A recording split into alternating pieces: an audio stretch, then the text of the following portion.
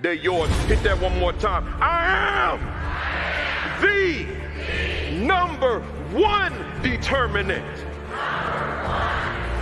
of the success or failure. Here we go. Of my students. Hey, y'all, you have a strong summer. Kick some butt next year. Thank you. Appreciate you.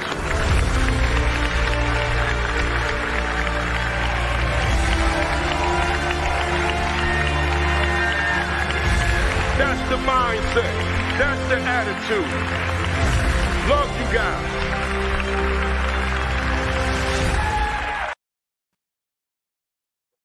And we are live. Good morning.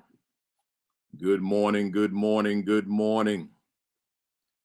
Come on in. Let's see who we got here this morning. Good morning. Good morning. Good morning. We got Ricardo Lannis. I know I'm gonna mess this up. Dahiru Ndaye. I butchered that. McFreeman, 74. Rodney Williams. They're all in the building. We got Donna Sherrigant, Janine Wilkins, all the way from Alaska, in the building. We got Michael Benton, Tiffany Napoleon, Doc McKeever Jeter, Michael Benton. You know, I'm working with Mount Healthy out there in Cincinnati for a while. Maybe at some point you and I could hook up because I'm out there for the year, right? Tiffany Napoleon, Doc McKeever Jeter, and Angel Gates Woodard. My man Hafiz Melton is in the building. Melissa Zuri is in the building. KB is in the building. Hit the share button as you come in. Hit the retweet button as you come in. Let them know we are here for week 82. We got a special guest in the building. Hit the retweet button. Hit the share button. We got Heather Johnson, Jennifer Harris, Sarah Harper, Principal Ryan. They're all in the building. We got Rhonda Russell Henderson, TD King, Melissa Jones Chunu out there in Tulsa on Black Wall Street. We got Albert Buckles, Michelle Perkins Griffin, Solomon Bazouye. I butchered that. I know it. Cassandra Ivy's in the building. How you doing? Miss Ivy, I haven't seen your name in ages. It's good to see you. Good to see you. Radhika Dinesh is in the building. The Queen, Kimberly Broughton Kafele, is in the building. I had made a joke last night. I said, man, I've been knowing you for 37 years, man. That's a long time, Jack. Alex Graves is in the building. For those that don't know, that's my wife, right? Alex Graves is in the building. Lily Lanier, Laura Gonzalez, Will Turner, Lisa Woods Herman. That's Lisa B. Woods Herman. That's like Michael B. Jordan, not just Michael Jordan. Right, we got my man, Dr. Tommy Mabry, in the building, just coming back from LA at the National Alliance of Black School Educators Conference. Turned it out while he was out there. My man Darren Green in the building. Tashila Darjean, my man Demetrius Scott, all 82 weeks is in the building. Lysandra Brackens, Michelle, I said that one. Laura Meyer, Tiffany Mitchell Severe, Dana Ortman Jenkins, my man, young Principal Carlos Baggage, getting it done down there in Alabama. My man Josh Tovar is in the building. Principal Tovar. Kimberly George is in the building. Joanne Witt, Richard Rashard Davis from Vegas. He's here. Bring the glitter. We got Kimberly George. I said, Nyerka Coy Bush is in the building. She's from here in Jersey. Central Jersey. Felicia Wilson, Cynthia Farmer. Hit that share button, folks. Hit that retweet button. Let them know we got somebody gonna bring some flames today. Right, we matter of fact, I'm gonna say the name now. We got Jimmy Casas in the building, y'all. We got Mr. Culturized himself in the building. You need to let folks know that he's here, right? I mean, we got the man that like created a word in the building, and the word just caught on all over the world in the building. So hit that share button and let them know. Hit that retweet button and let them know. Hit the phone, call somebody, text them, let them know. We're getting ready to jump into it. We got Trina Kinsey Kelly, Chandra Richardson's in the building. Crystal Nolan Brandon's in the building. We got former principal, but always Dr. Sheikah Houston in the building. We got Principal Merlina Valentine in the building. My man Lewis Saunders in the building. I'm getting ready to get it rocking. Trayell is in the building. Darnell McElveen is in the building. Delia Gadsden, Billy Cook, D. Walker, Ralph Harper. I'm looking at the clock, y'all. It's time, man. It's time. It's time. So let me say formally to everybody now, good morning. Greetings. Welcome to week 82. Yeah, I said it. 82. Can you believe that? Week 82 of the virtual AP Leadership Academy. And I don't know about you. I mean, I think I know you're here, but I only know definitively about myself. So I don't know about you, but if I could speak for myself for a hot second, I'm on fire. Let me tell you something, man. I was thinking about that this morning a lot. I said, am I gonna tell them I'm on fire? Because it's so much stuff going on right now in the world. You know, I was ticked off yesterday. You know, the Kyle Rittenhouse verdict, man. That angered me. Didn't surprise me, but it angered me. I said, am I going to switch gears today and maybe not let them know I'm on fire and bring a different energy? But then I thought about it as I kept thinking. I thought about it. I said, yeah, I'm feeling the way I feel. Many of you feel the way you feel. And then all the other things happening in the world, they're going on. They're not stopping. They're here. But you chose leadership, and you're leading in the midst of a pandemic. You're leading in the midst of social change, right? So and just all the things happening in the world politically, socially, economically, etc. And then your schools themselves and the challenges that you face there. So I said, I can't like douse my own fire. There's probably somebody on here that's looking for the fire. So in that regard, I'm going to say it one more time that I'm on fire. Woo! That's how I'm feeling. I'm saying to you today that you're going to have to keep it locked in because we got some stuff here coming today. So it's going to be self-reflective as always. And I know that Jimmy is going to do what all the guests do, hit it right outside the park, right? I know that. So call somebody and let them know we get ready to get started. Let me give you this quick motivational message, y'all. I'm calling it, do you own your leadership or is it just a rental? Once again, do you own your leadership or is it just a rental? What do I mean by that? I was out, Jimmy was telling me he hasn't owned a car in a few years. I haven't owned a car in 2 years. I don't need a car. I told you that before. I don't need a car. So I don't own one. My wife has a car. If I need her car, I'll drive her car, right? But I don't own one. But the other day, and when I did own cars, I didn't buy luxury cars. I'm a Jeep guy, Ford guy, So the other day I was riding in this BMW. I was in, I forget what state I was in. I think I was in Cincinnati. And I'm driving. No, I wasn't there. I was somewhere, put it that way. I was driving this BMW. I mean, it was nice. I couldn't even drive it until I figured out how to use all the gadgets, right? And particularly the transmission. I didn't know what to do, right? It was very different. So as I figured it out, I said, this is really a nice car, right? But I found that by the time I returned it 24 hours, it was junky inside because I was throwing my garbage on the floor, the water bottles, the wrappers to this and that, just throwing stuff in the floor. And it made me think of this title. Do you own your leadership or do you rent it? And what I'm saying is, when I own a car, I don't treat it like that. I don't throw water bottles in the floor. I don't throw garbage in the floor, paper bags and all that I don't do that. I take care of my car. I keep it looking good all the time. I give it attention because that's my car. I'm paying for it or paid for it. But a rental, I don't own that. I drive them a little different. I drive them a little faster. I take certain chances with them, right? You know, just trying things that I wouldn't try with my own car.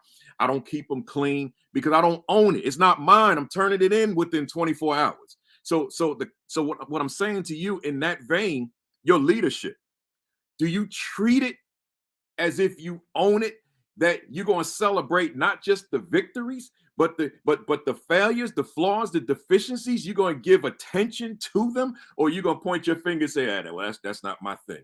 You know, student acted up, student fought, teacher continually shows up late, teacher ineffective in the classroom. Yeah, well, you know, that's them. That's no bearing on me. No, it is bearing on you. But if you don't own your leadership, then you can point the finger and say, that, you know, like the kid fighting, that's the community, man. They got issues in the community, so they bring them into the school. Oh no, because it's happening out there doesn't mean it has to happen inside. That's your leadership. So do you own your leadership, or do you treat it as a rental? See, I'm saying to you, you got to own it, man. And particularly those areas where you have deemed that I'm deficient, that I got flaws, that I got weaknesses. You got to own that. You can't rent that. You got to own it. You got to embrace it for yourself. But this tool is so critical. That's self-reflection, self-assessment, towards self-adjustment, self-improvement. So I leave you with that. Do you own your leadership, or are you just renting it? See, it matters. Hey, y'all, to the newbies out there, welcome. We're in week 82. Go back to the YouTube channel, Virtual AP Leadership Academy, and check out all that you missed, right? But we're in week 82 now. Don't forget the Sunday morning commentary. Today is the video, but tomorrow is the writing. So I have the commentary written on the Virtual AP Leadership Academy Facebook page, always by 10 o'clock. So make sure that you check that out. And then, you know, before I get to my great guest, gotta plug. Nah, that's not the right one. I want this one. Gotta plug these. Nah, that's not right either, man. I'm looking at myself in reverse, right? So here we go. That's what I want. The Equity and Social Justice Education 50 and the Assistant Principal 50, that both coincide with the Virtual AP Leadership Academy. Make sure you get yourselves a copy. I'm done. Man, I got a special guest today. Let me make sure that I got this right banner up here. Yeah, here we go. I got a special guest today. Let me get him up here. I'm gonna read his bio to you before we get rocking. But I'm excited about having my man Jimmy Casas in the building. Let me read this to you. Jimmy Casas served 22 years as a school leader, including 14 years as principal. I'm hearing a little feedback here. That might be in your end, Jimmy. You got your volume all the way up? Let me check. Yep. All right. Turn it down slightly because I'm hearing something. I think it's, including 14 years as principal at Bettendorf High School. Under his leadership, Bettendorf was named one of the best high schools in the country 3 times by Newsweek and U.S. News and World Report. Jimmy was named the 2012 Iowa Secondary Principal of the Year. Let me say that again. 2012 Iowa Secondary Principal of the Year, and was selected as runner-up NASSP, National Association of Secondary School Principals, 2013 National Secondary Principal of the Year. 2014, Jimmy was invited to the White House to speak on the Future Ready Schools Pledge. Jimmy is also the author of 8 books. 2 of them I have here, and I just want to put them up on the screen here. His blockbuster, Culturized, and a newer book, Live Your Excellence. We're going to get into both of them, but I wanted to put these 2 up right now. This is the blockbuster here, Culturized. Let me go on. He's our author of 8 books, What Connected Educators Do Differently, Start Right Now, Teach and Lead for Excellence. The best-selling book, Culturized, subtitled Every Student, Every Day, Whatever It Takes. Stop Right Now, the 39 Stops to Making Schools Better. Live Your Excellence, that I just showed you. Bring Your Best Self to School Every Day as a subtitle. Daily Inspiration for Educators. Positive Thoughts for Every Day of the Year. Handle with Care, Managing Difficult Situations in Schools with Dignity and Respect, and his latest release, Daily Inspiration for Educators, Volume 2. Jimmy is the owner and CEO of J. Casas and Associates, where he serves as a professional leadership coach for school leaders across the country.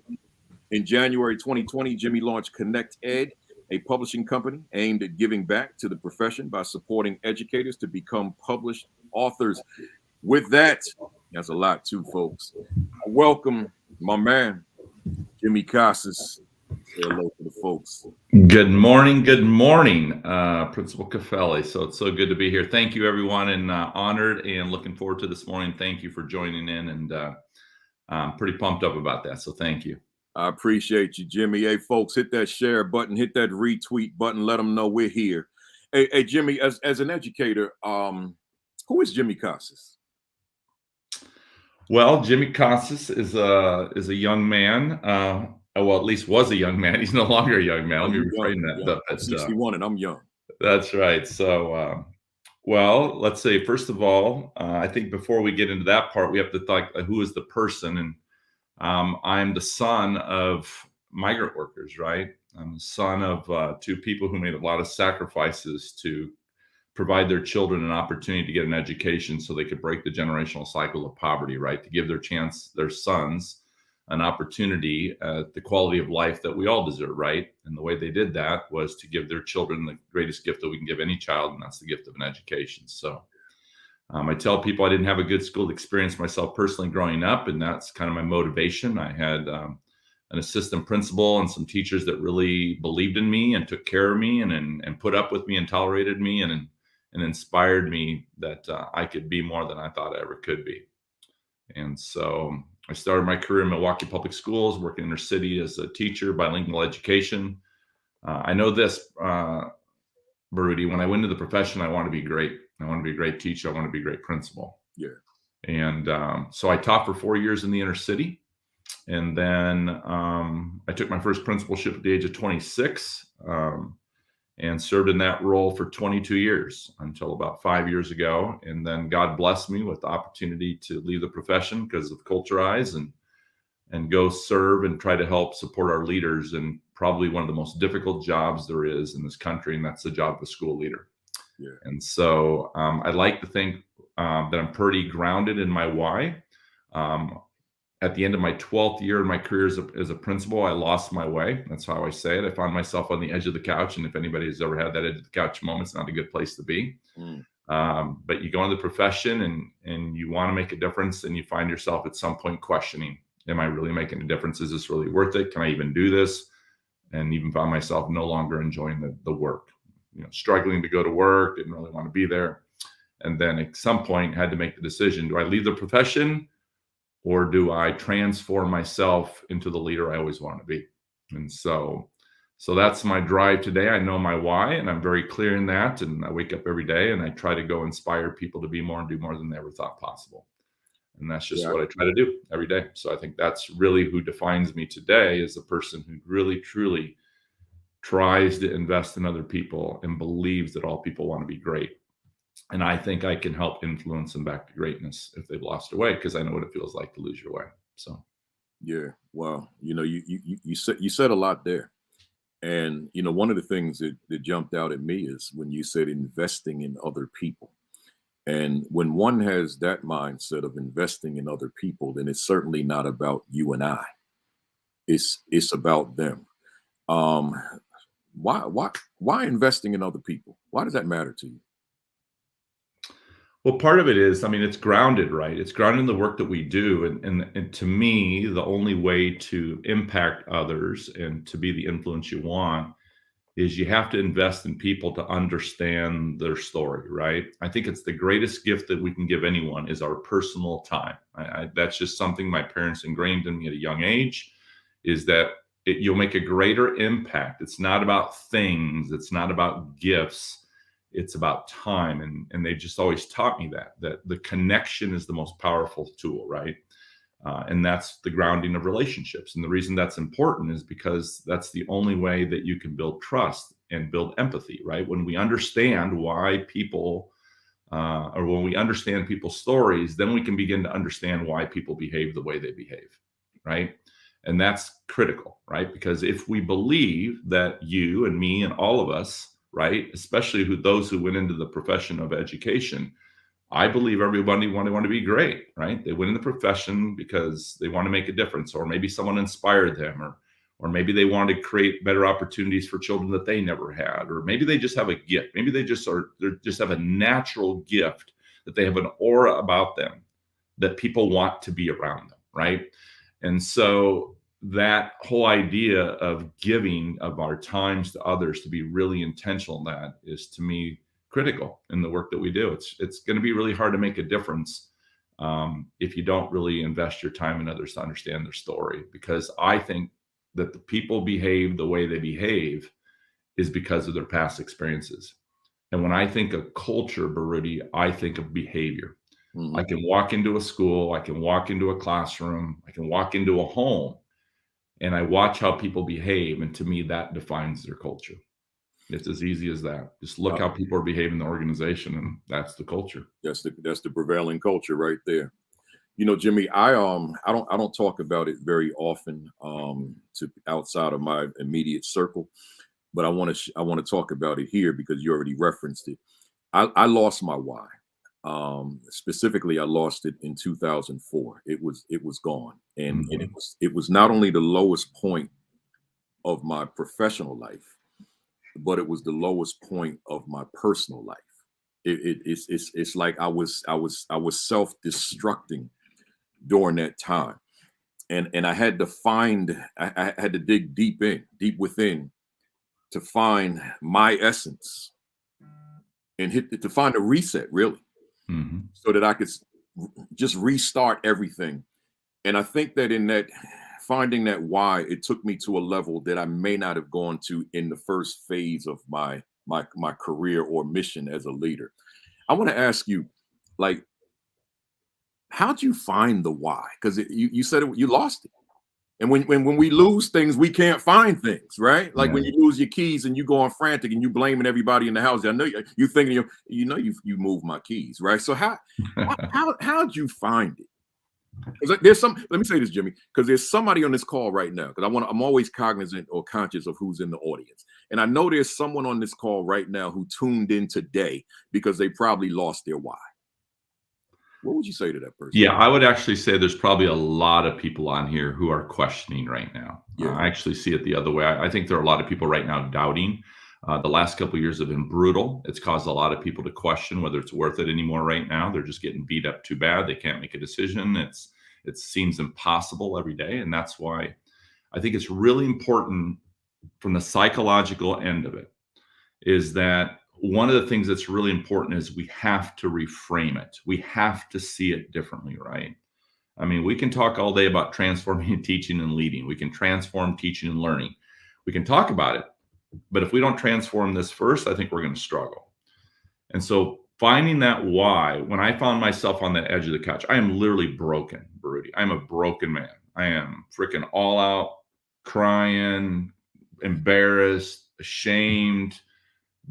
I just don't even want to talk to anybody because I feel like I'm a failure. I feel like I let people down, right? I'm my mentors, the people that believed in me. And so honestly, I had a little intervention, to be honest with you.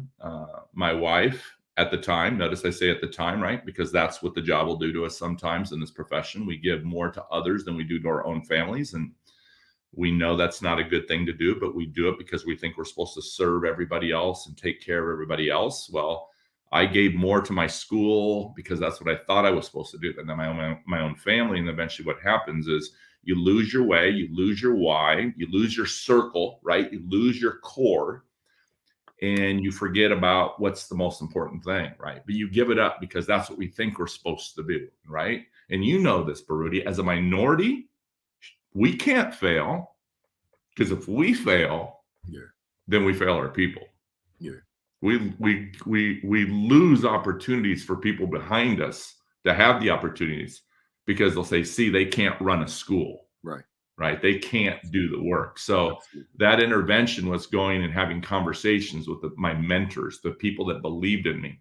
And I'll never forget the conversation that I had with my first boss, who said to me, because I was pretty much just unloading, right, all the crap that had been built up for years, which is part of what created that, losing that why.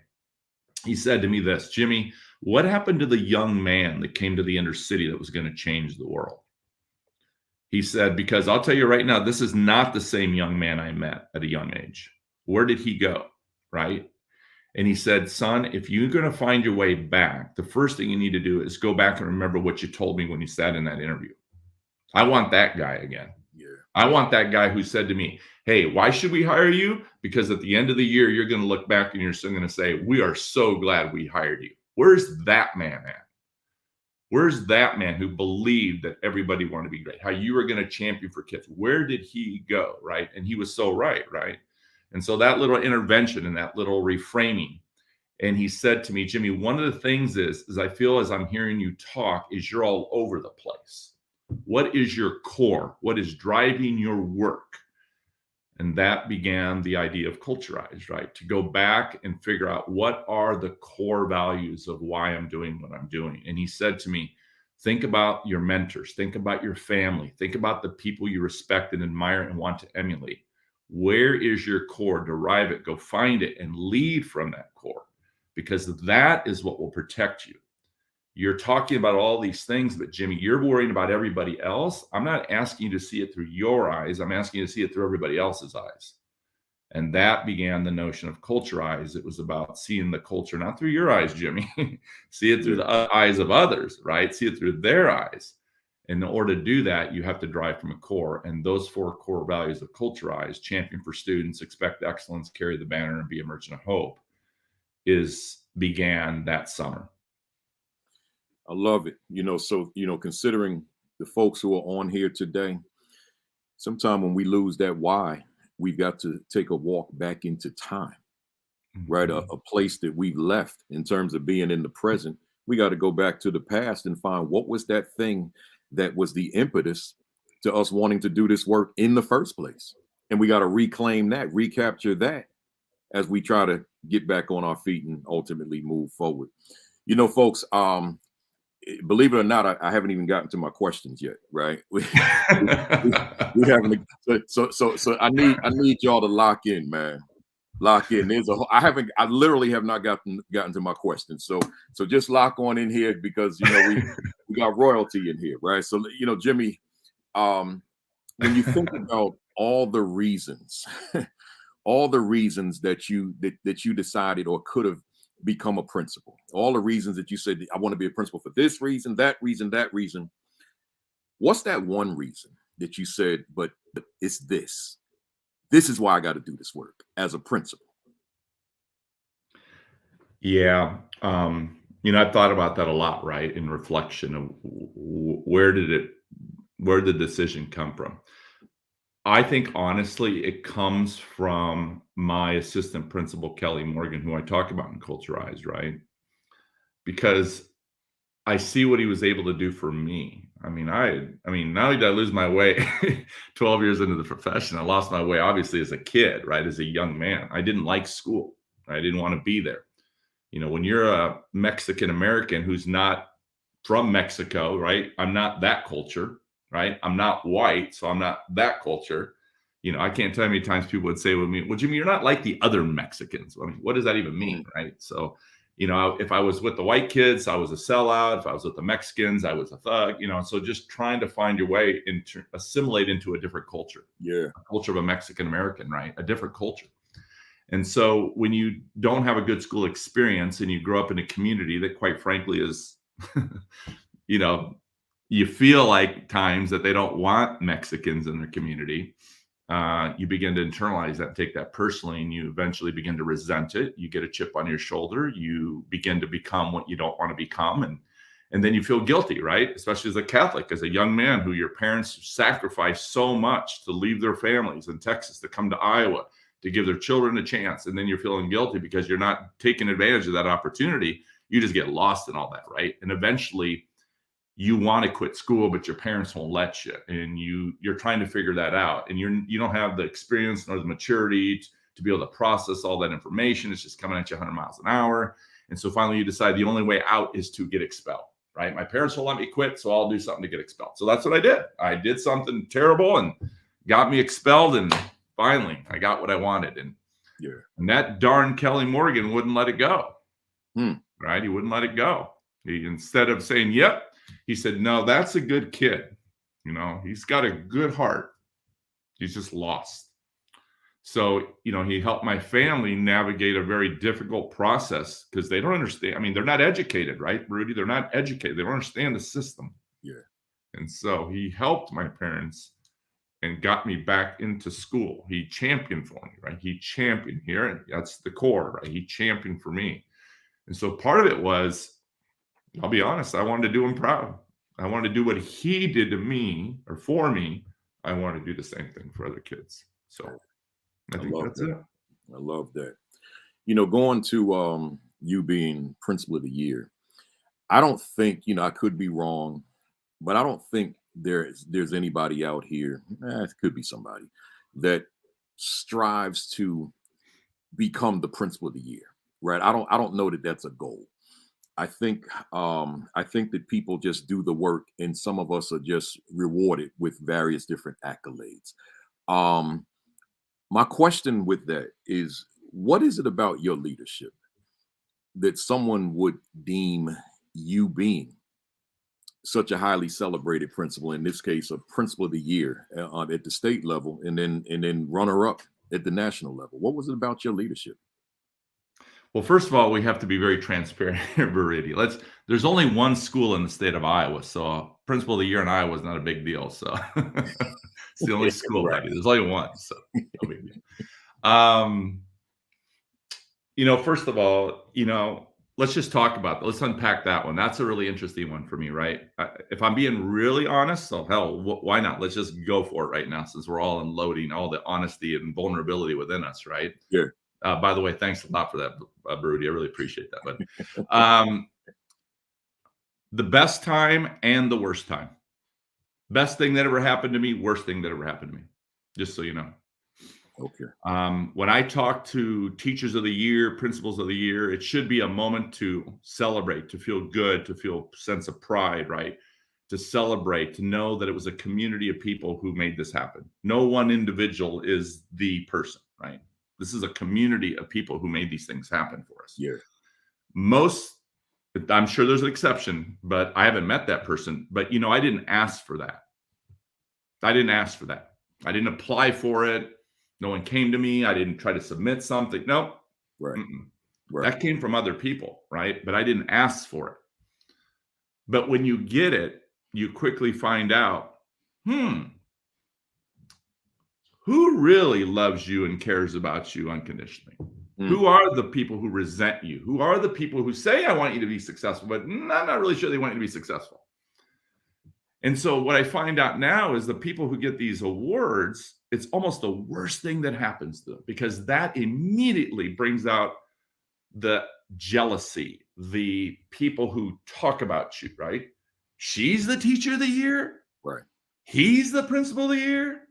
And now all of a sudden everybody's looking at you differently and judging you. And but he did this and she did that. And oh my God. And you know, there's all this. That's what we have to be careful about in our cultures right now. We have these teachers of the month, we have these teachers of the year, and now we're judging them very quickly, you know, because we're not really looking at the process, and we haven't built a culture where we can truly celebrate the accomplishments of others. That's a freaking awesome culture. Yeah. When you can get there. When we're not sitting there going, No, I am genuinely and sincerely, I am happy for Baruti's success. I don't know who you're going, God, why is Baruti successful and I'm not? No, I am happy for him. And that's how we had to begin to see it. So to me, it was maybe, just maybe, I'd like to think is because I believe that I was a connector. I believe that I can connect with people, right? That I like to believe that people saw potential and some skills in me, and that I had maybe an ability to help people see something and be able to achieve it. Hope, give people faith. That's what Culturize really is all about. Yeah. Give me some hope, Jimmy, that this job is freaking worth it, right? Show me that I can do this. Remind me that I can do this, right? And so I'd like to think it was a community. I see myself as a community builder, right? It's bringing a group of people together, right? Sharing a vision, and then using the 4 most powerful words in leadership. I need your help. That's a community. And then inspiring people to know, we can do this. Collectively, we can do this. What are our collective commitments? Because if we don't believe we can do it, no one's coming into our school to do it for us. Either we do this or it's not going to happen. And if we don't believe it can happen, then what the hell are we all doing here? What are you doing here? What am I doing here? What are we doing here on this thread? No, I believe it. And I think it was really about believing and building a community that can make anything happen. To the APs out there, to the aspiring APs out there, and even to the principals out there, Jimmy said he saw himself as a community builder. Let me hold up my mirror, my most potent tool that I can think of in my arsenal. When you think about your own leadership, when you reflect upon your own leadership, I'm talking to the folks out in the StreamYard world now. Do you see yourselves as community builders? Is your leadership reflective of being a community builder, right? And think about it. There's a whole we could do the whole session just on those 2 words, community builder. So do you see yourself as being this community builder within your capacity, even as an assistant principal, right? So I want you to just think about that as we move on, and then beyond this conversation. Am I a community builder within my practice, within my leadership? So a word you use, culture, and I'm getting ready to dive right into culturize. But before I get there, you used the word culture, Jimmy. And we all that know your work know that culture is your thing. You've even got it on your shirt with the culture rise. So talk to us about the role that school culture played toward your school's overall success. Yeah, I think what happens is I'm going to go back just for a second. What I said earlier is that, for those of us who have lost our way or feeling like we're losing our way again, one way to attack that, right? Because I like to believe I'm practical, right? We hear a lot of people talk about we need to do this and we need to build relationships. I know, but how do I do that, Jimmy? So I'm a big believer in the how. So I like to think I'm pretty practical because I've realized that I am still a teacher. Yeah. I'm a leadership coach because people do the best they can. So we have to show, we have to model, we have to teach. Those are the best coaches and the best teachers and the best leaders because they don't just tell you what to do. They show you how to do it, and then they model it, and then they observe you, and they give feedback, and they partner with you, and we do it together, right? It's a true partnership and a collaboration. So one way, if we're losing our why and the practicality, is to go back and just remember what you said when you sat in that interview chair. Yeah. That's the real you. You don't lose the why, I don't think. I mean, I say that I lost my way, but I can also reframe it and say, well, maybe I didn't lose it.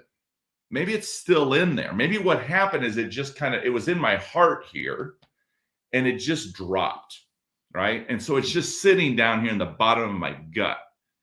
And what it needs to be fed. It needs to be fed. It needs to be rekindled. Needs to be reignited. It needs to be fueled, right? The fire that Baruti yells and says, it's because he fuels it. He has figured out how to fuel his own fire. That's what he's done. He doesn't wait for other people to come fuel it for him. He's intentional. He's figured out, how can I fuel my own fire? Because I can't wait for other people to come fuel my fire. When I think about culture, one of the things people confuse it with right away is climate, way it feels, right? That's why I say it's about behavior. But sometimes we look at culture, and what we do is we look at the morale of that culture, right? And what happens is we have to help people reframe it and understand that morale is my morale. That's mine. I'm not letting you take that away from me. I'm going to own my morale. Baruti started this podcast by saying, do you rent your leadership or do you own your leadership? Do you rent your morale out to other people? You just give it away? Or do you own your morale? No, I'm not going to let people live rent free in my head anymore. I did that, Baruti. That's how I ended up on the edge of the couch. I have to understand that I'm responsible for my own morale. I'm responsible for my joy and my happiness, my behavior, my results, me. Unfortunately, what happens is we look around the perimeter. It's easier, right? It can't be me. It's easier for me to blame the kid or to blame the teachers or to blame the parents. It's got to be somebody else. No, it's me. It's me. And so when I start looking at culture, Baruti, I share with people is we see culture here, but that's why I say you got to see it through the eyes of others, culture eyes, right? There's a subculture beneath that culture. And that subculture is your real culture. And if you don't have a process, if you don't know how to see the culture through the eyes of others, you will miss it. You will dismiss it. You won't see it. Because I believe people do the best they can. I do believe in core principle number 4 of Culturize. It says everybody wants to be great. Nobody walks in and says, I want to suck today. Nobody says, I want to piss off my boss today. Nobody says, I want to fail today. Nobody chooses that. They just don't see it. And so what happens is when they don't get the results they want, they look around the perimeter, just like I did for 12 years. But it's not the perimeter. It's not here. It's right here. I'm the person. I'm responsible for that. So what I learned is I could understand where the subculture was, which is I call the undercurrents of Live Your Excellence. That is about helping people identify those undercurrents, because the truth, if we want to speak truth today, I'm the undercurrent. I'm the undercurrent. So if I have a process where I understand how to then learn how to see it through the eyes of others, I can begin to see the undercurrent because they know where the undercurrent is. My teachers knew where the undercurrent was. Teachers on this podcast, your students know where the undercurrent is. But if you don't take time and you're not intentional investing your time to help them help you see the undercurrent, then you'll miss it. And those undercurrents are exhausting. That's what's impacting our cultures in negative ways. There's undercurrents going all over the place, but we don't see it. And we keep looking around the perimeter, looking to who to blame, right? Can't teach a kid who doesn't come to school. Can't teach a kid who doesn't care. Can't teach a kid who puts his head on that. You know what we're doing right here? Here we go. No. Why is the kid putting his head on the table? Why is the kid not doing the work? Why is the kid disrespectful? I don't know. Ask him. Core principle number 1 of Culturize, invest your personal time to understand the story. There's a reason why that child behaves that way. Remember, we all behave the way we behave based on our past experiences. But Rudy has a story. If you don't know it, you're not going to understand why he's passionate, why this angers him, why he resents this, because there's something in that story that triggers it. And in that moment, you have to understand that. It's not ours to fix. I tell people all the time, look, I'm going to ask you to pass every kid. I'm okay with you failing a student. What I'm asking you to do is not quit on the kid. That's what it means to be a champion. Kelly Morgan, I don't care what Jimmy Casas does. I don't care what you do, son. I am not quitting on you. You hear me? I'm going to be right back here tomorrow. You can finger me. You can curse me out. I am not going to quit on you, son. But you know what? He didn't just say it, Baruti.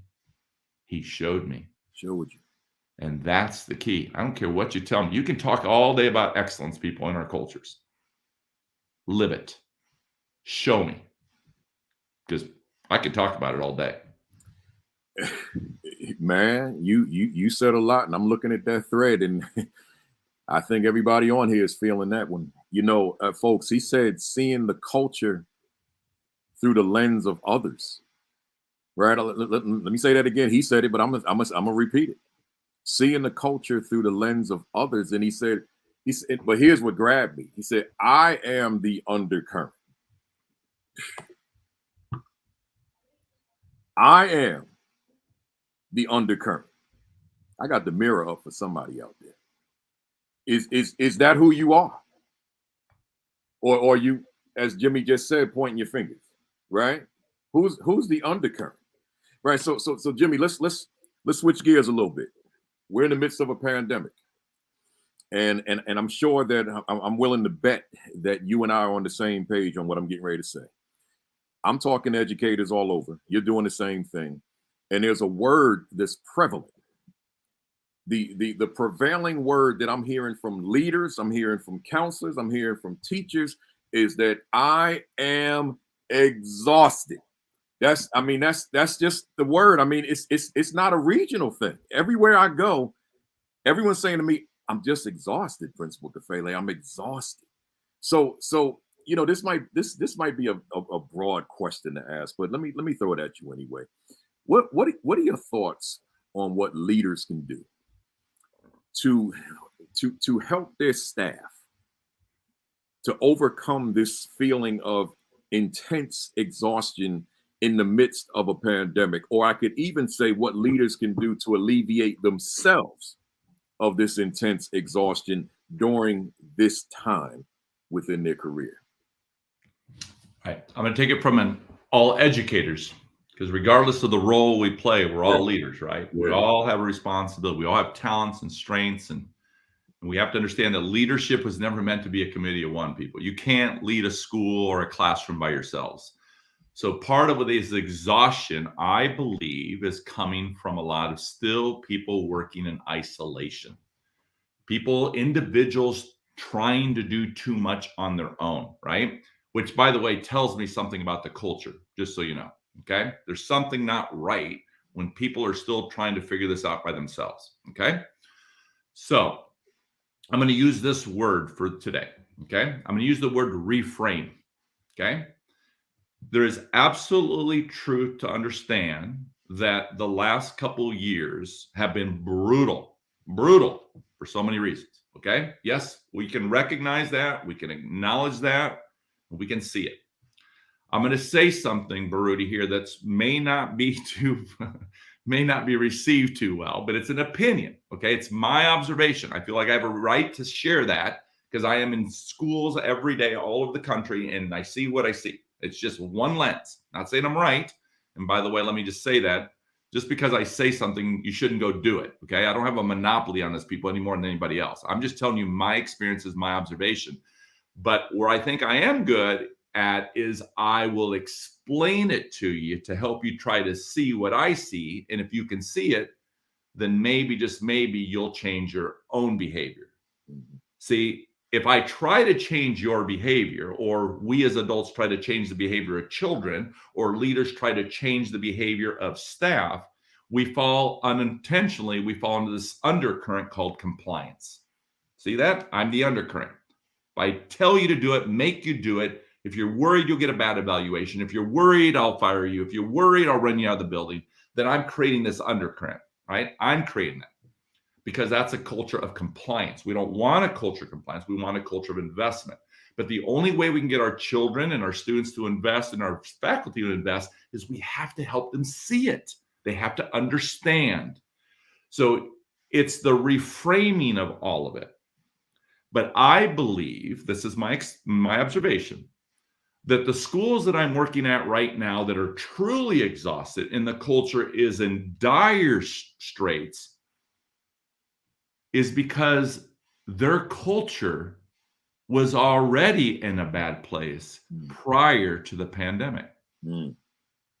Had their culture been healthier, right, they would have suffered some undercurrents, but those undercurrents would have been a little bit shallower, a little bit more near the surface, and they would have been more like this. But in schools that already had poor culture, poor morale, lack of trust, crashed. Yeah. And they're stuck there. And this is why it's really important to understand the pandemic isn't responsible for all this, people, but I can convince myself it is. But why don't I own it? Why don't I say, you know what, maybe, just maybe, we were already having issues of low morale and trust prior to the pandemic, but now I can blame the pandemic. So therefore, I don't have to take any responsibility for this. No, you were exposed, people. That's what happened. The pandemic came in and just magnified your average in your organization. You were able to hide it before, you didn't see it, and now COVID just went boom, just blew it in your face. That's right. That's what I believe. Okay. So what can we do now? Okay. All right. It is where we're at. People, we still have to lead. We can't just quit and say, oh, it's because of COVID. I know you have a lack of shortages of subs, and I know leaders are covering classes, and I know teachers are taking more on than I get all that. But if we did it collectively, I believe we can get through anything collectively. But if I don't trust my staff member down the hall, if I don't trust my administrator to tell them that, then that morale and that culture is impacting and elevating that exhaustion to a higher level because the culture isn't where it needs to be. Okay. So let's reframe this for now. So here's where I'm going to start. I'm going to go back to the why, but I'm going to actually flip it here. We're going to talk about a different why. Okay. This why is what I believe where we can begin to reframe things. Number one, and it all ties in together. So I'm going to try to see if I can paint this picture to kind of align it and link it together. Number one, when you see people in your organization exhausted, complaining, not feeling good, whatever, first of all, let's find out why. Why are they acting that way, speaking that way, talking that way? I don't know. But if we go back to these core principles, right, and I can say, maybe I should invest more time to understand the why behind it. So that's the first thing we would need to reframe. We just need to look at people, give them grace, and say, you know what? Let's find out why. Okay? Why are they behaving that way? Why are they talking that way? But the second why is just as critical.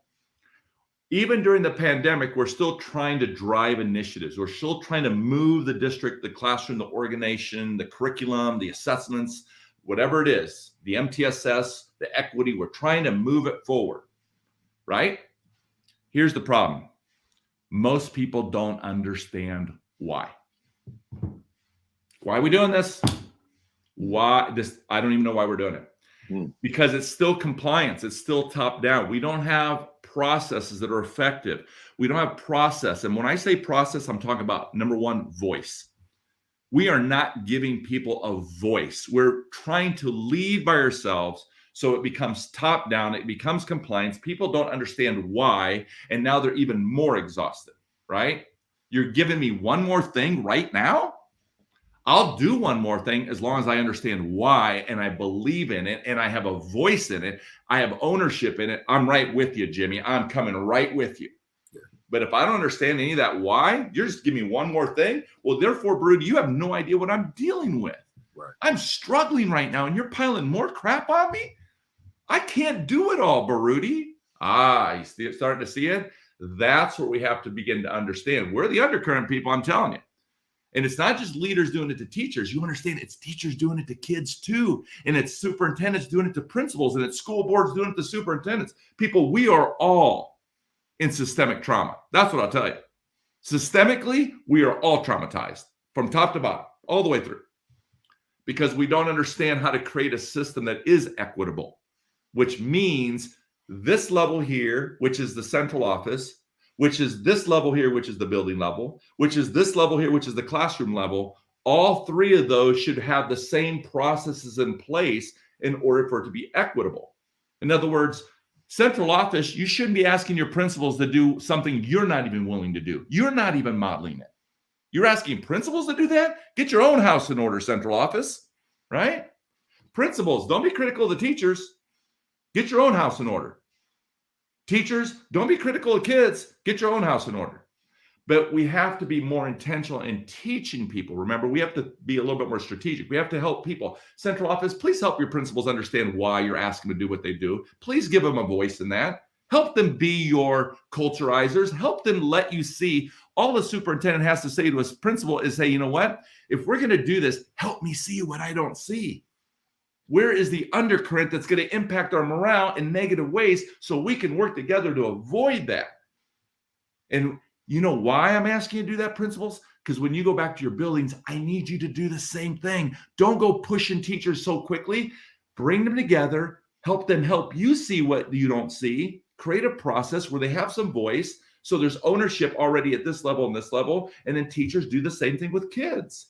And think about that. If we all took more time from this level to this level to this level, that's called a system, because we're all doing it the same, the processes anyway, to make sure that we allow people to see the undercurrents. We have to understand that why. So along that is I begin to think of frameworks, Baruti. This is a framework in my head. So if we can help our leaders understand, you can't just be all over. Remember, Dan said, Jimmy, you're all over the place, buddy. Get yourself a core of where you're leading from and lead from that core.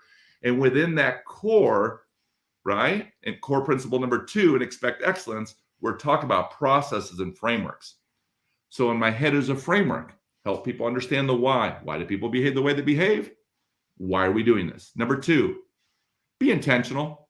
You got to be really intentional to understand why people behave. That means I'm going to have to invest my time. I'm going to have to be really intentional to circle back. You know, circle back is a great strategy for building culture.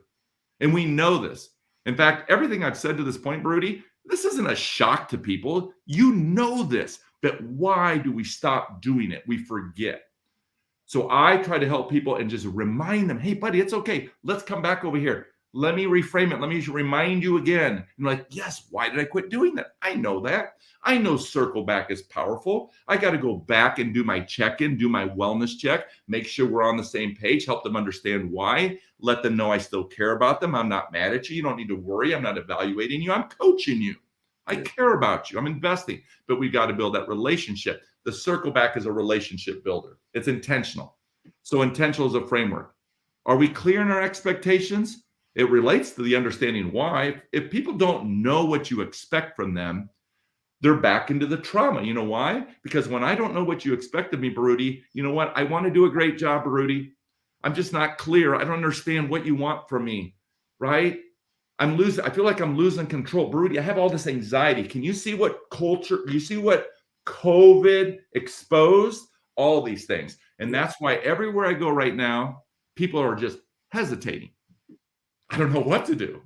Yeah. So I think what I'll do is I'll just stay right here. I'll just stay right in my lane because this is comfortable for me, because I don't know what will happen if I step outside of that. And what if I fail? What if I don't do it right? Am I going to get in trouble? Am I going to get reprimanded? Am I going to get a letter of reprimand? Whatever, right? And so it's like we're all in systemic trauma. So we just have to begin to reframe it. And the last thing I'll say is this. There are a lot of fires going on right now in our schools. That's why people are exhausted. But you know what they keep doing, Baruti? They're still here. They're looking who's causing that fire. And you know what they don't realize? They need to reframe the fire. And all that fire is an opportunity. Yeah. But they have to see the opportunity different. Look, people do the best they can. If you're in the fire, assistant principals, I know you're exhausted because you're telling me you're in the fire because you've got all these discipline issues going on in your building with the children, right? But we don't understand why the kids are behaving that way. We don't understand why teachers are sending them to us. So we have to be very intentional. Is if we're going to be in the fire, just remember this, it is an opportunity then to teach. And the only way we can begin to teach is to understand why this child behaves the way they behave. So if I'm going to be in the fire, I'm going to what I call work on my people while I'm in the fire. I'm going to give the grace and say, you know what? I don't mind jumping into the fire right now. I'm going to go help this teacher with this student. But while I'm in there, I'm not here to fix this kid. And I can't keep taking all these referrals. But what I can do is be more intentional and model to the teacher, teach the teacher, help them reframe it and say, hey, you don't understand? I know you're exhausted. I know you're frustrated. I know he's a handful. I know that. Look, no judgment here, okay? But you and I are going to have to figure this out, okay? How about if we figure this out together? How about we work on this together? So let's talk to the student first. Let's first of all try to find out why he behaved that way. Why is he acting that way today? Mm-hmm. And once we can reframe and see that, then how can we work together to support and then be very practical in teaching them how to manage this student in a more effective way that will get them a better result. It's never the kids. It is us. Yeah. We're the undercurrent. I began to see it. Undercurrent. That was a lot of chatter there. So, but I was trying to get through a framework. Understanding the why, be intentional, be clear in your expectations, look inward, not outward, and finally work on your people. It is a framework in my head how to help people get out of their exhaustion and their morale of, oh, woe is me, and I'm not sure I can do this. And I'm not minimizing where people are at mentally in their health. What I'm saying is, what are you going to do about it? Yeah.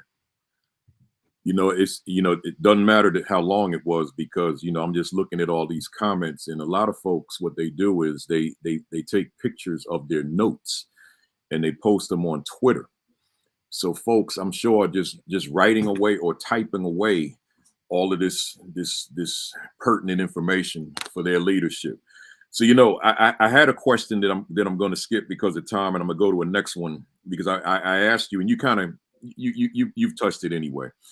The question was, what do you mean? What do you mean by this word culturize, and why did you feel the need to write this book? But I think we got that right. Let me go to this next one. But I just wanted you to know that question was one of my questions, and I want to read this one verbatim. You typically ask your audiences, your leadership audiences, and I took this right out of Culturize. What do you believe to be the biggest issue facing us today in public education that is resulting in many of our schools being labeled as low performing? And you gave this list of answers: standardized testing, they may say; state and federal mandates, they may say; lack of funding or resources; teacher evaluation system accountability; micromanaging school boards; teacher turnover, shortages; poverty; poor parenting; mental health issues. These are typical responses that people would give. But you said there's only one place to look when we fall short, and that is our own ability to lead effectively. So my question is, what do you mean by that? Yeah. It's always a dangerous one, right? Because what we're saying is it's the idea of we're looking around the perimeter, but really at the end of the day, those issues are all real. Those things do exist, and they are issues for us. But I said, what's the biggest issue? And when I learned, it's ineffective leadership. And when I have this conversation, I have to remind principals and school leaders and superintendents, hey, I'm not talking about, I didn't say ineffective principals, right? Or ineffective superintendent. I say ineffective leadership. Because again, they have to understand that the key is, how are we being intentional again in building our capacity, building our community of leaders? That's what I think we do. The most effective leaders build a community of leaders to help them lead the organization. But in order to do that, they have to be intentional. They have to encourage. They have to invite. They have to inspire others to be leaders. So they have to invest time in them and help them develop their skill sets, help them develop their mindsets, help them develop their tool sets, help them develop their heart sets, right? We are teachers. We have to help develop our people to lead our organizations. There are so many things right now that we do as school leaders that we don't even realize that we are creating undercurrents. And it's not our fault. It's not their fault. It wasn't my fault. I did the best I could. But we know that our systems are not set up for growing and developing people. They're set up to say, here are the keys, Baruti. Now don't go screw it up. Run the building. I hired you. Go do you. Yeah? Well, I want to, but this is all I know. Right? So I'm going to do the best I can. Why did it take 12 years for Jimmy to end up on the edge of the couch, and for 12 years not have any clue to what he was doing? Why did that take 12 years? Where was the onboarding? Where was the support all along to ensure that I remained a successful leader? Right? Yeah. And so part of it for me, Baruti, is to help people understand is we are causing a lot of the undercurrents. Let me just give you a few examples off the top of my head. Number one, what was the class we took in principal school that taught us how to hire effectively, how to hire good talent? What was that class called? What was the class that we took in principal school, how to implement effective change? What was the class we took in principal school, how to have a difficult conversation? What was the class we took in principal school, how to build capacity? What was the class I took in principal school, how to run an effective faculty meeting, PLC meeting, committee meeting, grade level meeting, department meeting? Nothing. Right. That's what I'm saying. It was leadership is the issue. We are putting teachers every day in a position to fail.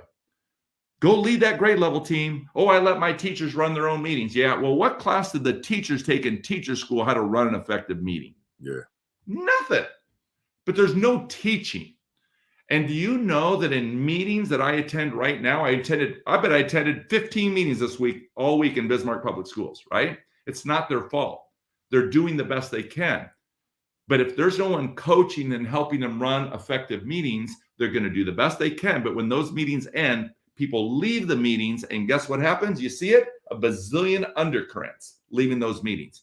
People frustrated. People still not clear what we're doing. People complain that we've been talking about this, but what are we going to do about it, right? A lot of talk and a lot of talk and a lot of talk, but we don't give them a framework, right? What if we gave them a framework? What if we gave them a framework how to run a meeting? Yeah. Every meeting should have a purpose to that meeting. Every meeting we should know very clear what the deliverables are. Every meeting should have a process how to ensure everybody has a voice in that meeting. Every meeting, right, should be summarized. So what if we reframed the meeting and said, all it is a classroom lesson? Isn't that what we would do in a classroom lesson? Shouldn't we be teaching? Shouldn't we be modeling? And then we run into a meeting and look at us as leaders run a faculty meeting. I don't see teachers fired up, run to a faculty meeting going, can't wait to get to the faculty meeting, Baruti. Let's go, right? We expect teachers to create an environment where kids are excited about going to class every day, and then we don't even model it. Again, I'm not being critical. I give all the grace. I am saying is, who's going to help our principals? And that's why Baruti does what he does, because he's trying to help the principals and give them some tools and help develop their skills, because it's unfair. Teachers, last thing I'll say about this, if there's teachers on the thread, hear me clearly. Your principals will never be great unless you want them to be great. If you don't help them be great, people, I don't see principals going to school and say, you know what, again, I just want to fail. I want to be terrible today. I hope my staff just gossips about me and tells everybody how terrible of a leader I am. No. It is an impossible task for one individual to lead an organization all by themselves unless the people want them to be great. And I would say the same thing to superintendents. Superintendents will never be great. But Rudy, I had 11 in 22 years. That should tell you something. Yes, if our principals do not want our superintendents to be great, they'll never be great. Never. And parents, remember, if you don't want your sons or daughters' teachers to be great, they'll never be great either. You going on Facebook and destroying them and telling how terrible that is not helping them. They are doing the best they can. Who's helping them be great? And so we just have to constantly reframe these things. We are responsible for the culture and climate of our schools. We are. I don't get to choose which kids we take in the school. I don't get to choose which kids I'm in the comments, but I do get to choose the culture and climate in which I want to cultivate to get the best out of my children and out of our staff. We get to decide that, Rudy. We do. Yes, sir. I always say that climate and culture are a reflection of school leadership. And you know, but that statement you made, you know, we're not great unless the folks in the building want us to be great. I need to hold up the mirror for that one. Because as you said, if we're running around stepping on folks, writing people up and all that kind of stuff instead of coaching them up, right. What is it about that individual that wants you to be great? And so therefore using your definition, then I can't be great because there's animosity throughout the building. Because that is the prevailing culture that I have created unintentionally, intentionally, whatever it is, that's what it is. That is the undercurrent of that building. Right. And let me be clear. When I say champion for students, it doesn't mean that children should never be given consequences. It doesn't mean that children shouldn't fail. It doesn't mean that children never do anything wrong. It says don't quit on them and then understand why they behave. Same thing with staff. I didn't say you can't ever fire a teacher. What I'm saying is, look, for most schools right now, somewhere about mid-April is the summative evaluation. But right now, you are coaching and teaching all along the way. And if we're clear and we're investing time and understanding why teachers are struggling, then we're coaching and teaching. And we can be clear and say, listen, hey, over here is the eval. Right now, I'm coaching, teaching you. I'm not playing a gotcha game. I want you to be successful. Your success is my success. Yeah. Your success and my success is our success. So let's keep coaching you. But I promise you this, there will never be anything in your evaluation that you don't know is going to be in your evaluation. There you go. So leaders, remember that if your teacher looks at their eval and then wants to write you a 3-page rebuttal, if they walk out of there upset at you, if they don't want to sign it, if they don't agree with it, if they are hurt, if they are questioning, it's because your process was ineffective. That is on you. That's what I mean about ineffective leadership. But I want to blame the teacher. Oh, man, she wants to complain. Yeah. Well, why don't you look at yourself and understand, look at your process. How did she get caught off guard? Because your process along the way was ineffective. Own it and say, I need to do something different because I never want a teacher to be caught off guard. That's a gotcha culture. That's not a healthy culture. And so we just have to constantly reframe and understand that we're the undercurrent in those situations. There's your ineffective leadership. Man, let me say something to the folks real quick. It's 12:05 Eastern time. I promise not to go over 12:30. I did not know Jimmy was going to be teaching so hard. Now that's kind of a cultural. He's reframed it. That teaching he really meant talking is what he meant. But he said teaching. You're so kind. That's a cultural term, and I don't know that it necessarily transfers to other cultures. See, within the African American community, it's just normal language where we say teach hard, particularly to a preacher, right? Teach hard. And folks understand what that means, that person is dropping that knowledge. So what you're doing this morning, I'm just keeping it real. You're teaching hard, man. That's what you're doing. You're teaching hard. So I'm not gonna get to all these questions, y'all, but I'm not gonna go over 12:30. So let me go. I'm thinking about that school, Jimmy, where the morale is low. Staff is content with the status quo, which happens to be quite dysfunctional. Student achievement is abysmal, and if there's an option to leave, staff will go. But you say in Culturize that great leaders inspire greatness.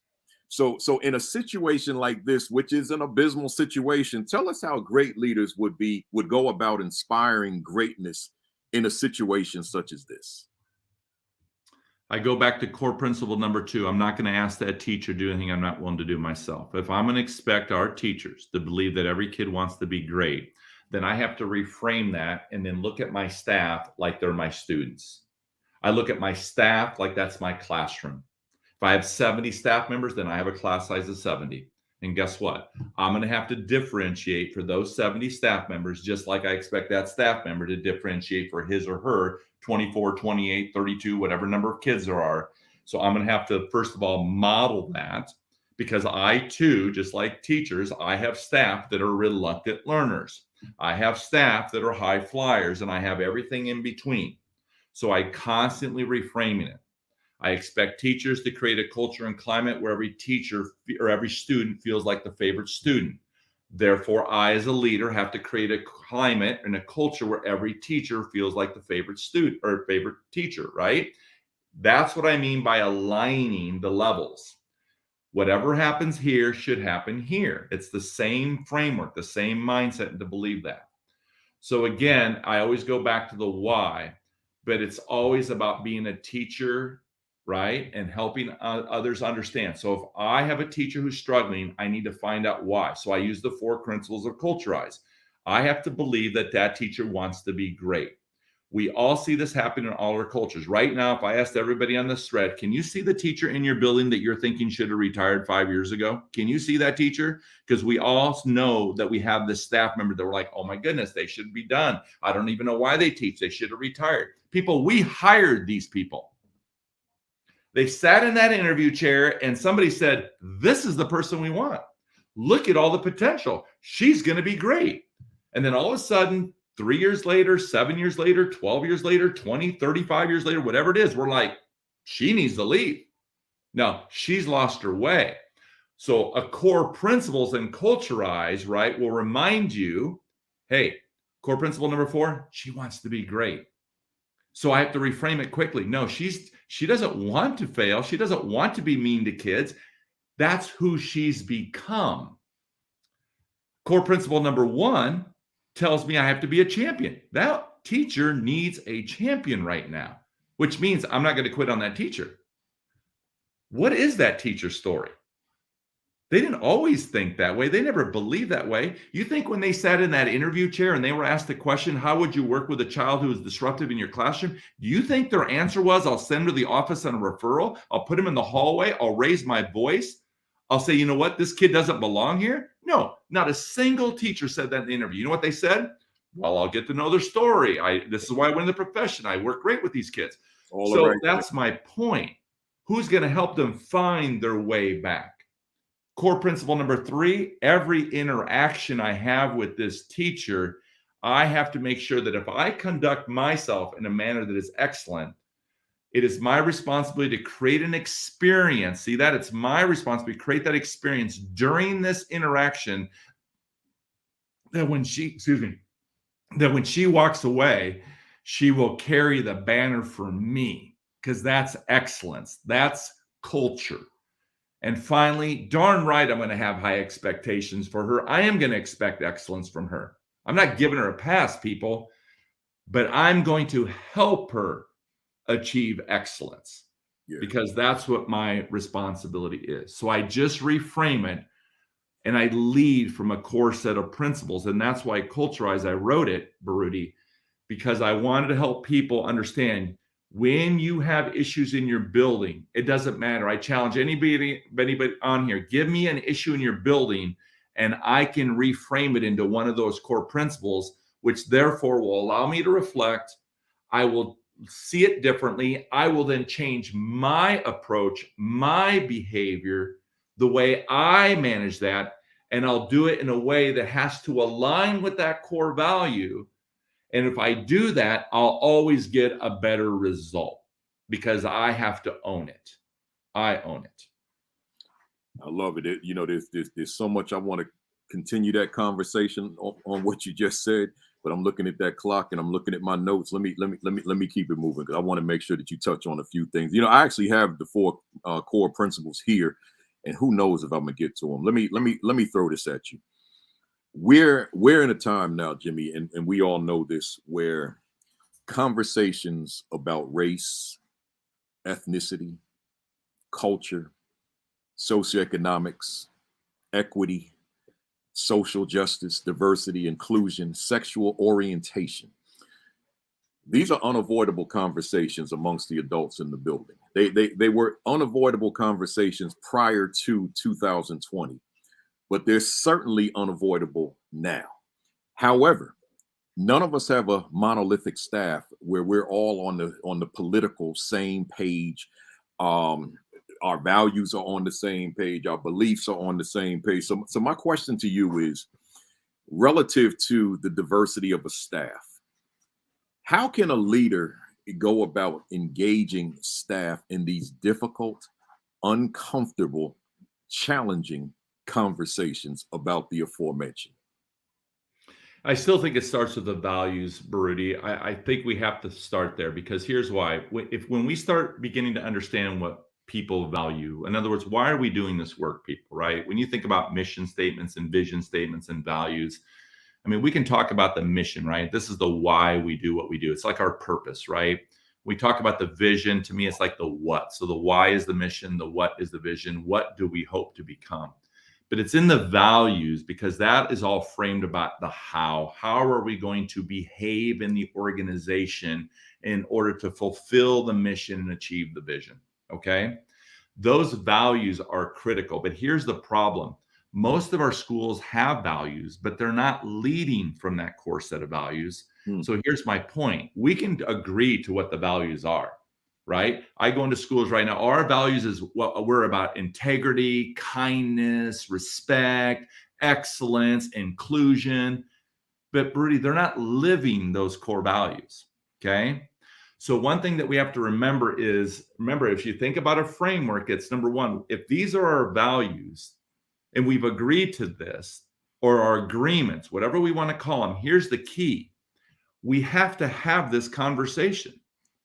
How are we going to respond to the individuals who aren't living the values? That's the key. Yeah. But the problem is we don't think about these things, again, because they don't teach us these things, right? They teach us that it's important to have them. Yeah, but what's the process I use to ensure that everybody has a voice? What's the framework that I'm going to use to build consensus? How do you even build consensus, Baruti? We have schools right now going, well, I kind of use the 80-20. If I've got 80% of my staff ready to go and the other 20% not, the other 20% better get on board or we're going without you. Can you imagine that? Can you see that? Yeah. I did that. That was the undercurrent. 80%. Do you know what the 20%? You know what we just said to them? Yeah. I know our values are about inclusion, but we're going to exclude you now because you won't get on board. Yeah. Could you imagine, again, remember the layers? Could you imagine a teacher coming to you, Brody, and saying, Brody, I got 80% of the kids ready to go, but these 20% aren't? I'm thinking, can I just leave those 20% behind? Because if you could just get rid of those 20%, I'm golden. Yeah. We would never allow that, but that's what we do. All right.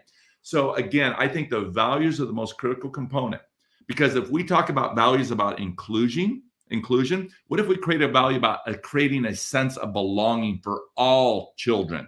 Yeah. Regardless of gender, regardless of, can you see it?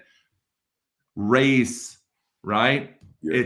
It's seeing it differently, but then we better have this conversation. Okay, so if we're going to create a sense of belonging, you can't say to me, Jimmy, well, all kids are welcome in our organization. All kids are welcome in my classroom. I know, but why do we have kids walking down the hall thinking they're invisible? Why do we have kids coming to our schools and feeling like they're not connected? They don't have a sense of belonging. Because we're not being intentional and we're not being strategic. And we don't even have a process to help the kids help us understand that. Son, I know you want me to call you him, her. Okay, let's talk about that. Educate me. Educate me on that, because I don't know. And I need you to help me understand that, because I want to be a part of that. I want to understand. Teach me. Teach me. And now I'm not judging it. We have teachers going, I'm not doing that. I'm not doing that. What? Right? Can you see it? It's because rather than just own our own ignorance, own our own lack of knowledge, why don't we just own it and say, teach me. We're in a teaching and learning profession, people. If I have a young man who doesn't feel connected, if he's an African-American student in an all-white class, I'm going to sit down with him and saying, hey, listen, what will it take to help you feel connected? What can we do? What is it you're feeling? What is it you're thinking? Help me see what you see, right? Help me see that undercurrent, because I want to create a sense of belonging. I want you to feel connected, but I need your help, because I want to make sure that I'm clear and I understand, because I want to be empathetic and sensitive, and I want to learn from you. Teach me. And if you don't know, that's okay. You can say to me, I don't even know. Then let's figure it out together. Then you and I are going to have some research, right? We're going to have to go find some people that are more expert on this than we are, whatever that is. It's just the intentionality behind to create that sense of belonging. So let me jump in and say this. So now here you've got the staff meeting, and you've got the administration. Well, let me just say the principal, and you've got staff in the room, which is inclusive of the principal's team, administrative team.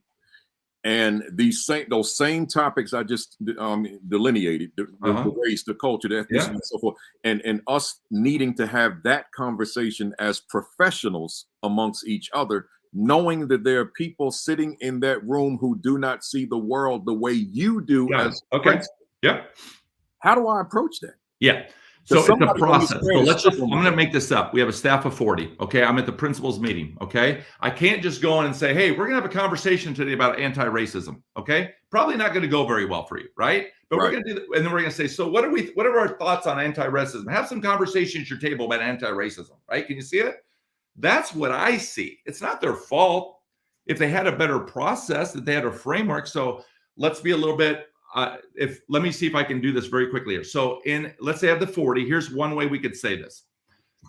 Let's say, first of all, I do want to talk about anti-racism, right?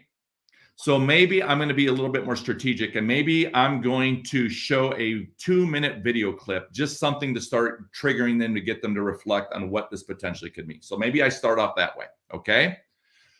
The next thing I'm going to do is say this to the 40 people in front of you. You have a note card. And I want the 40 of you write down, what were your takeaways from this video, and how do you think it relates to being anti-racist?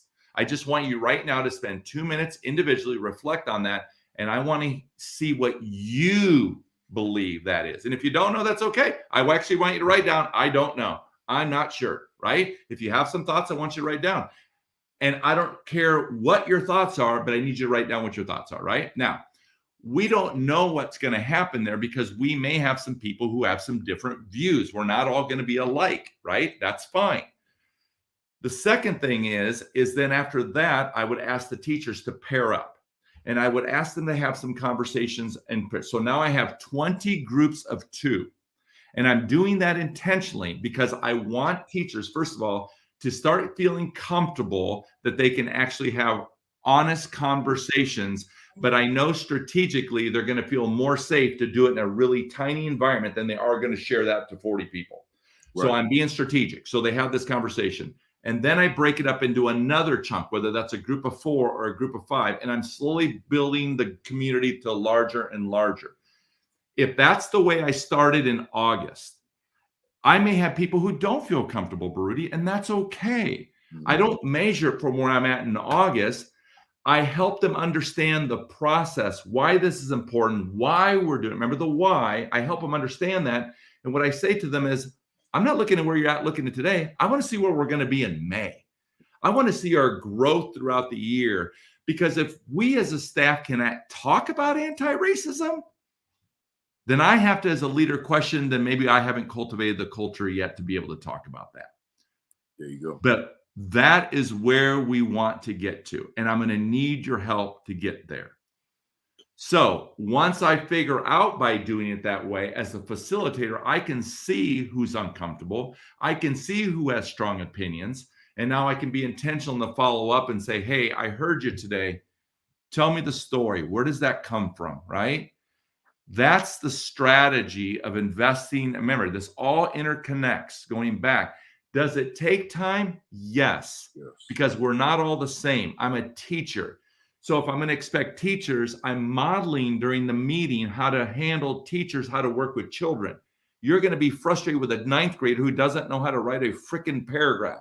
Fine, then teach them. And you got all year to do that. But if they walk out at the end of the year and they still don't know how to write a paragraph, that's on us, not on the kid. Yeah. So I model during the faculty meeting what an effective lesson would be, which is what I want them to emulate in the classroom. So that is just being a little bit more intentional and strategic. But we've got to build. Process always starts with individual voice, because you have to know where people are at. It's like think of it like a formative assessment. And then I explain that to the staff, because in the classroom, we have kids every day who don't have a voice. We don't know what they know. We don't know what they're thinking, because we aren't being strategic and giving every kid a voice. We think we are, but we're not. Hey, let me say this to you. I see what time it is, folks. Let me just put this up. This is all I didn't get to. so you know, sorry, Baruti. No. You know I'm gonna get. No, I was over ambitious. If you ever want to do a part 2 or a part 3, let me know, buddy. Maybe back to when you get to the 980th episode someday. No, we definitely gonna do the part 2 and the panel discussion. So that's coming. Be ready. Listen, I got these rapid fire questions that I end with. I call them my BAM impact questions. I just need a 1-word answer. Or one phrase. At max 1 sentence. That's it. Okay. Yeah, rapid I got fire you. 21. Here we go. I saw your last 2 episodes, so I saw it. You know. Is education on the right path for underserved children? Absolutely. You got to believe that. Do we have it all figured out? No, but we're on the path. Yes. Can true equity occur in America's schools for Black, brown, and other underserved students? We have to believe it can. If not, then what are we all doing here? Does your work contribute to the progress we desperately need? I hope so, and I aspire to. If you could do a reset on your life, would your line of work be different or the same?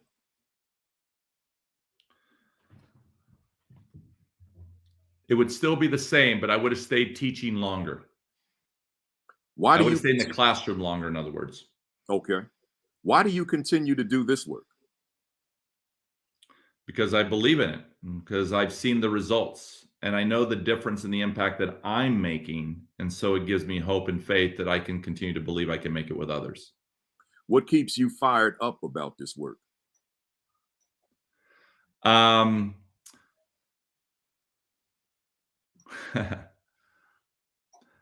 think what keeps me fired up is just, it's like the kid, when you see the light bulb turn on, and you can see the same thing in adults. And so it's the confidence that you can see in others when they begin to understand it and see it differently. And then you believe that change is coming. What do you love about this work? It's always about the people, buddy. I love the people. So that's all about the people. What do you dislike about your work, about the work you do?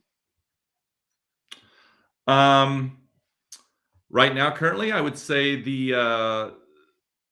there's only one of me. and I wish that I could duplicate myself so I could help other people. So sometimes I feel like I'm not able to do enough. What has been your greatest victory in this work? Could be your principalship, your teaching. Yep. I'm going to say that I was able to get off the couch and become a better father and a better partner. What was your greatest mistake? Giving everything to everybody else and not giving enough to my family. What has been your greatest challenge? Not making sure that my schedule doesn't control me. But now I see it, so I don't let it control me. But as soon as it starts, I recalibrate and I do something about it because I know I own that calendar. I love that. Are you proud of your first year as an assistant principal? Absolutely. Are you proud of your first year as a principal? Absolutely. Who inspires you? I have mentors and people that I look up to, and so those individuals continue to inspire me today. But really, it's anybody who continues to strive to be a better version of themselves. What are you reading right now? I just read The 6 Literacy Levers by Brad Gustafson. What book do you recommend for our viewers? I would say The 4 Agreements by Miguel Ruiz. It was a powerful book for my reframing at the time. And I'll throw in there for those that don't have it, Culture Rise. I'm almost done. What do you want to accomplish that you haven't accomplished just yet? I want to continue to inspire young authors to write because I know what it can do for us. I know that how it can change our lives. So that's part of the reason why I started a publishing company. Very good. Are you satisfied with where you are now professionally? No. I got lots to learn still lots to learn, and still learning every day, and still want to keep writing because it's hard for me to write. I hate it actually, but I know I have to do it because it reminds me how kids feel every day when they have to write. There you go. 3 more. What could you say to a viewer out there who continues to face closed doors? That understand that every one of us has influence. It doesn't take a title to be a leader. So just lead by example. Show them before you try to tell them. What could you say to a viewer out there who's lost their fire? Just go back to the interview chair. Remember what you said, because that's the real you. And it's there. It's still there. And last one, if Jimmy Casas was a word in a dictionary, what would be your definition? What would be the definition of the word? Definition of Jimmy Casas.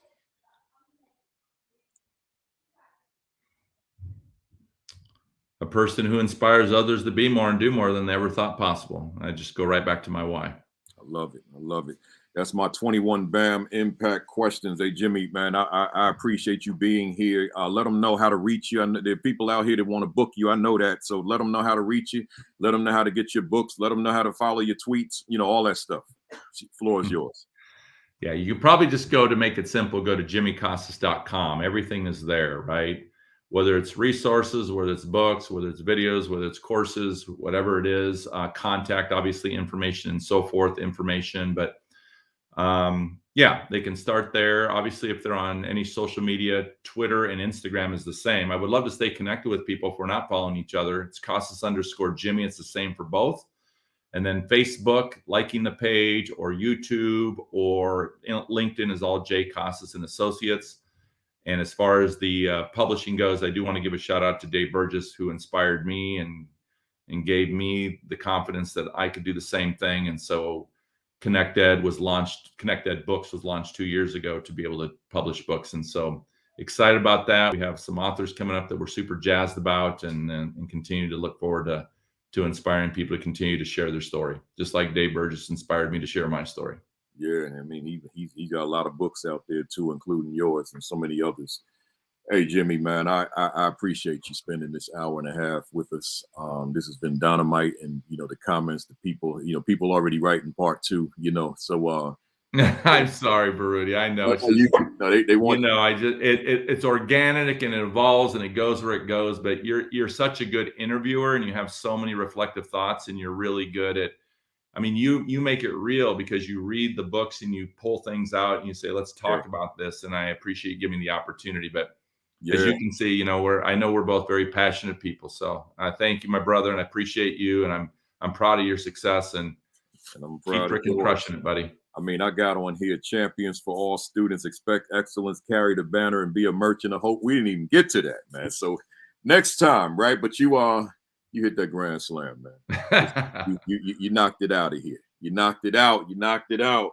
So Jimmy, I appreciate it. And let me put you backstage for just a hot second, and then I'll wrap with you. And I know you got to roll out of here. So no worries. Hey, folks, appreciate you.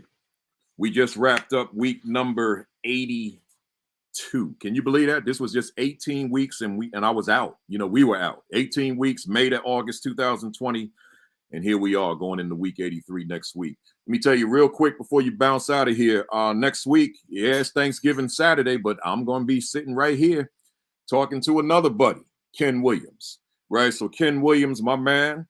We'll be talking Saturday morning at 10:55. So tell a friend. If you don't know Ken, that's the guy that wears the big cowboy hat all the time, right? So just be ready, right? It's going to be another great session. Don't forget, Unlock the Middle with Josh Tovar and that crew at 7:00 tomorrow night. Every Sunday night. Sean Hurt, 10 o'clock Saturday mornings. He was 9:30 today, but normally 10. Create and Educate with Dr. Sheikah Houston and Principal Tammy Taylor at 10:30. That's all Facebook Live. And then myself at 11 o'clock, 10:55 every Saturday morning. Make sure you visit principalkafele.com. Make sure you subscribe to the Virtual AP Leadership Academy YouTube channel to see all 82 of the videos. And make sure that you like and follow the Virtual AP Leadership Academy Facebook page because I'll have my commentary up by 10 o'clock tomorrow morning. It'll be reflective of today's discussion. Don't forget to take care of yourselves, folks. Your health matters. So your diet, your exercise, get that work in. I did about 3 miles this morning. I got up at about 6, was out there about 7 o'clock, did my 3 miles, came back and reviewed my notes, and we got rocking and rolling. So make sure, don't make excuses, y'all. Just make it happen. Don't make excuses, make it happen. Get out there and do the work. When you see like the young lady that I know on Facebook, she had a picture of they got a Reese's pie now. I never heard of that. Like the Reese's peanut butter cup. They got the Reese's pie. So she put a picture. I said, oh my God, don't mess with that. Right. And then she wrote me back. She said it has 8,000 calories, so she won't. Right. So, when you see that stuff you really like and crave, I mean, okay, fine, but you chose leadership. If you're not available, right, then what good are you? Right? What good are you? So you got to make sure that you protect your temple. So with that said, have a great week. Have an extraordinary week. Have a great Thanksgiving. Have your best week yet. Peace. Peace. Thumbs up. Cock that fist back all the way. Count to 3. 1, 2, 3. Bang! I will see you next Saturday at 10:55. Thanks for being here.